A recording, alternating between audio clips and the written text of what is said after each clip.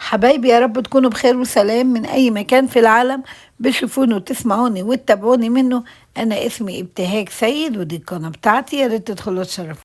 أنا من الناس اللي كان استخدامي للفول المدشوش محدود جدا، لا إما أعمل بيه طعمية، لا إما أعمل بيه شوية بصارة، لا إما أزوده على الفول المدمس، أخد كبسة كده صغيرة وأزوده على الفول المدمس. أما بقى المرة دي وأنا في القاهرة اتعلمت بيه حتة أكلة جميلة جدا جدا جدا، وعرفت ان اساس الاكله دي اصلا كانوا بيعملوها في الصعيد، بس انا بصراحه ما عرفتهاش غير في القاهره. ويوم قررت اعملها فقلت لاصحابي يدوني الطريقه بالظبط، فبصراحه ما حدش بخل عليا واعطوني الطريقه على طول. فلما جربت وعملتها ولقيتها جميله فقلت اشارككم بيها. اول حاجه انا خدت كوبايه واحده بس من الفول المدشوش، طبعا هغسله كويس وبعدين هنقعه حوالي ساعتين 3 بميه عاديه خالص من الحنفيه. بس انا هنا نقعته من بالليل للصبح، يعني زي اي بقوليات، زي الفاصوليا زي الحمص زي الفول المدمس. يعني كل ما يتنقع اكتر كل ما يبقى اسرع في السوى، بس طبعا ما تزوديش عن حوالي 6 ساعات. بعد ما صفيته كويس بقى شطفته كويس جدا، وبعدين سبته علشان ينزل كل المية اللي فيه ويصفى معايا كويس. اجهز بقى الحلة بتاعتي واحط شوية زيت حلوين، واجهز بقى البصلة بتاعتي. البصلة لما تكونش مفرومة جامد، تكون بتقرش كده شوية معانا، وشوية جزر حلوين وفلفل اخضر مطحونين، وشوية توم كده حلوين قد فص كبير كده شوية. هنشوف بقى نعمل ايه. اول ما الزيت يسخن معانا شوية هروح هنزل بالبصل على طول. هفضل بقى اقلب في البصل شوية علشان البصل يدبل وياخد ايه، لون معانا اصفر كده شوية. مش هنسيبه يتحمر جامد، انا هدي البصل بتاعي لون خفيف. وبعدين هنزل عليه بمعلقة من التوم اللي احنا فرمينه.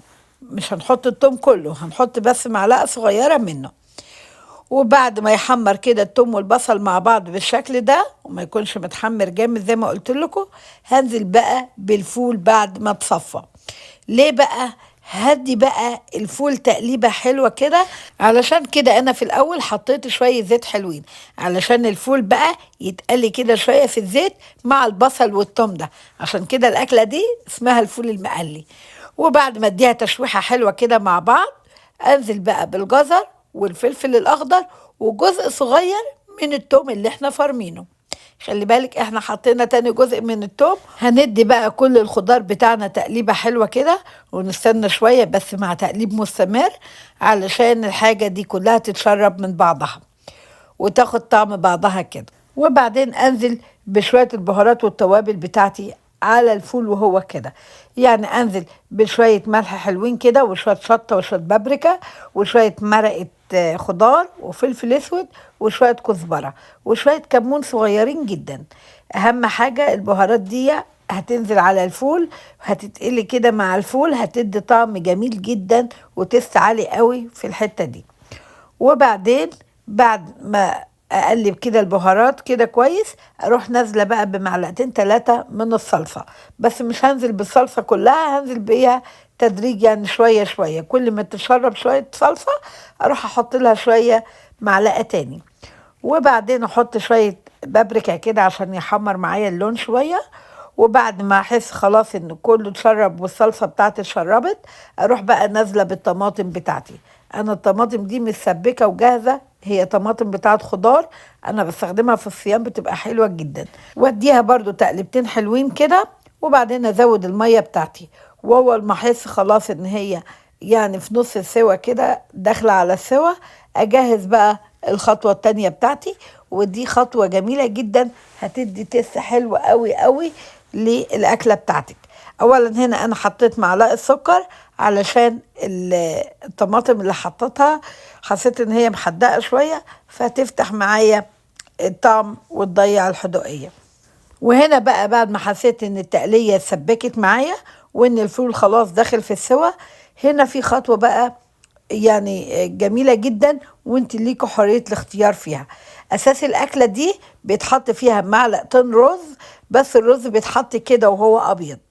لكن انا بصراحه ما بحبش طعم الرز الابيض في الاكل، فبحب اديله تشويحه كده في الزيت. حطيت شويه زيت حلوين، وبعدين نزلت عليهم بمعلقتين الرز. وبعد ما احس ان الرز خلاص داخل في اللون الاحمر كده شويه التحميره بتاعته، اروح ضايفه عليه معلقتين التوم اللي احنا حاطينهم على جنب، وعليهم معلقه كزبره، واروح مشوحه بقى التوم بالرز كده شويه بمعلقه الكزبره، واروح بقى مزوده على الفول بتاعي. وشوفوا بقى جمال الاكله دي بعد الطشه ام الرز بتاعته.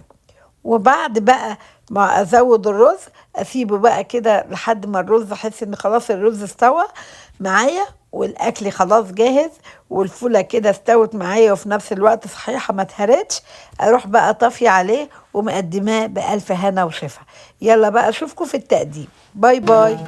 موضوع الفول واللحمة صرح مصدر المسؤول إن الطب اتقدم جدا، والدكتور محسن بيقول عن موضوع الفول واللحمة صرح مصدر المسؤول إن الطب اتقدم جدا، والدكتور محسن بيقول إن الشعب المصري عموما من مصلحته يقرقش فول، حيث الفول المصري خصوصا يجعل من بني آدم غول، والبروتين الكامل طيه نادر زيه في أيها فول.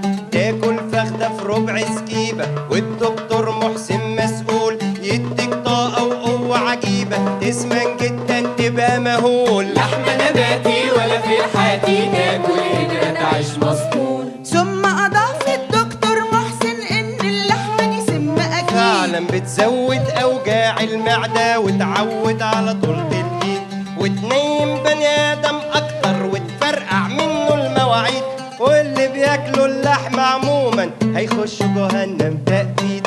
يا دكتور محسن يا مزقلط يا مصدر يا غير